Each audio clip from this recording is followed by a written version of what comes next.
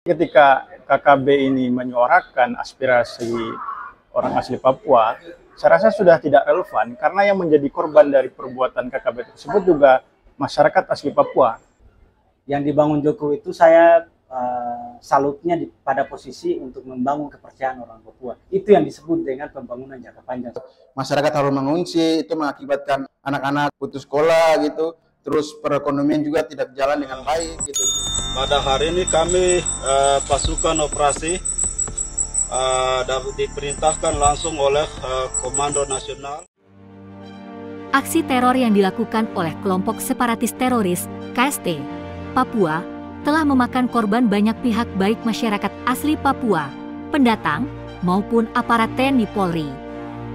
KST Papua inilah yang menjadi salah satu faktor penghambat pembangunan Papua. Padahal, Presiden Jokowi terus menunjukkan komitmen pembangunan tanah Papua yang sudah benar-benar diwujudkan dalam beberapa tahun terakhir di berbagai sektor dan bidang.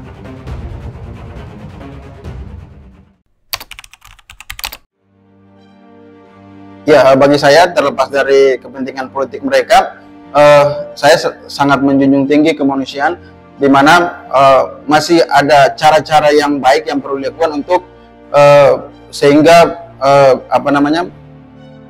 keadilan atau kedamaian itu bisa terjadi gitu. Artinya jangan lagi menggunakan kekerasan sehingga semua orang juga bisa menikmati hidup dengan baik. Iya, yang saya lihat di kekerasan di Papua, dampaknya itu kita tahu cukup banyak. Salah satunya itu di Kabupaten Intan Jaya, di mana masyarakat harus mengungsi, itu mengakibatkan anak-anak putus sekolah gitu. Terus perekonomian juga tidak berjalan dengan baik gitu. Dan itu fakta sosialnya. Terus fakta politik itu ada kesenjangan antara pemerintah bahkan dengan masyarakat. Anggapan dari masyarakat pun bahwa memang pemerintah harus bisa menyelesaikan masalah ini. Menurut saya yang pertama dari pemerintah sendiri turun secara langsung dan melihat persoalan yang ada di Papua, persoalan-persoalan yang terjadi di Papua, lakukan dialog dengan masyarakat Papua, tokoh-tokoh adat, tokoh-tokoh agama, bahkan tokoh pemerintah di daerah untuk melihat persoalan yang ada di Papua gitu. Sehingga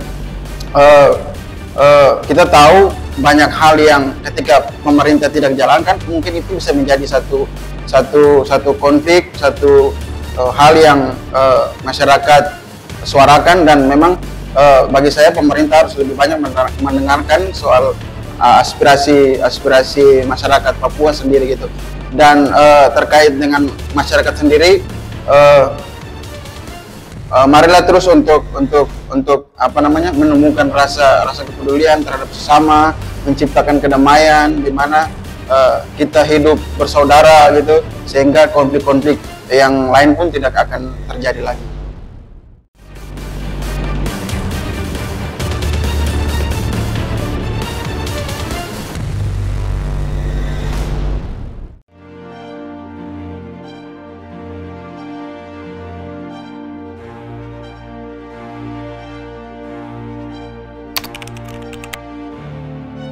Ada dua fase yang harus dibahas, misalkan fase sebelum reformasi dan fase setelah reformasi. Saya melihatnya lebih kepada apa yang dibangun Jokowi saat ini. Pembangunan itu tidak harus bersumber itu karena fisik atau karena yang disebut dengan infrastruktur. Yang dibangun Jokowi itu saya salutnya pada posisi untuk membangun kepercayaan orang Papua. Itu yang disebut dengan pembangunan jangka panjang sebenarnya. Papua itu tidak seutuhnya mengharapkan pembangunan dalam bentuk infrastruktur, tapi karena lebih kepada bagaimana membangun rasa percaya diri orang Papua terhadap Indonesia. Itu yang dibangun Jokowi. Ya, saya lihat yang coba diangkat oleh Jokowi itu adalah soal bagaimana Papua atau orang asli Papua itu lebih percaya kepada Indonesia, bahwa mereka bergabung kepada Indonesia itu untuk mendapatkan apa yang disebut dengan kesejahteraan dan keadilan. Maka apa yang dibangun oleh pemerintah saat ini soal kepercayaan diri orang Papua terhadap Indonesia. Itu yang menurut saya apa yang disebut dengan pembangunan jangka panjang. Sejatinya pembangunan yang dibangun saat ini ataupun periode yang sebelum Jokowi itu sebenarnya kita melihatnya sederhana. Misalkan jalan yang ditempuh oleh teman-teman dari Wamena ke Jayapura itu kan kalau secara naluri kan sebenarnya tidak adil. Jalan yang ditempuh itu melalui gunung, macam-macam, sungai dan macam-macam itu. Tapi yang dibangun oleh pemerintahan sekarang ini oleh Jokowi itu kan Trans Papua dan macam-macam. Ya, kalau mau dibilang memang tidak seutuhnya mau membangkitkan kegelisahan orang Papua, tapi kan bahwa ada pembangunan itu untuk memperkecil rentang kendali masyarakat.